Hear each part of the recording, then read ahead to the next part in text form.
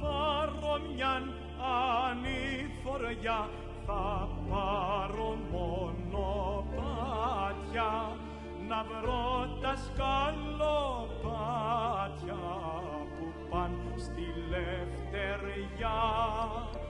Με το ποίημα του Ευαγόρα Παλικαρίδη θα ξεκινήσουμε την ομιλία για την ηρωική θυσία του Νίκου Ευαγόρου. Ο αγωνιστής σε μικρή ηλικία εντάχθηκε στις τάξεις της ΕΟΚΑ για να υπερασπιστεί μέχρι εσχάτων τις αξίες του και το μέγιστο αγαθό που μας χάρισε ο Θεός, την ελευθερία. Αυτό μας βάζει σε σκέψεις για τον λόγο ότι σήμερα όσοι υπερασπίζονται και μάχονται για τις αξίες και τα ιδανικά που μας μετέφεραν οι ήρωές μας, δέχονται έναν ελέητο πόλεμο με όλων των ειδών ημιμαθείς ορολογίες και στοχοποιήσεις. Άραγε ο Νίκος Ευαγόρου, αν ζούσε σήμερα, θα είχε την ίδια αντιμετώπιση από την κοινωνία και το σύστημα. Άραγε οι θυσίες του πήγαν χαμένες και άδικα θυσιαστήκε στο βωμό της ελευθερίας. Εμείς, σαν αντίσταση νεολαίας, λέμε όχι.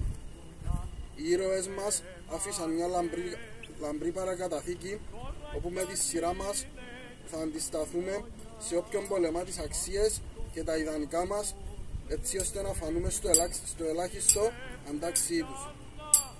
Θα κλείσουμε με τα λόγια του στρατηγού της Επαναστάσεως Μακριάνου.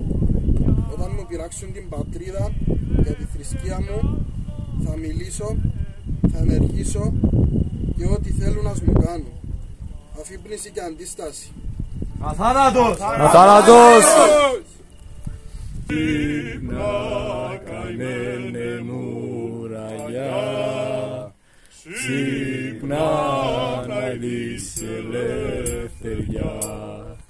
Δείξουν οι κάμποι για νερό και τα βουνά για χιόνια.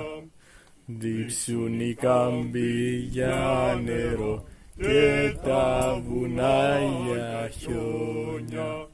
Δίψα κι η Κύπρος λευτεριά, η σκλάβα τόσα χρόνια.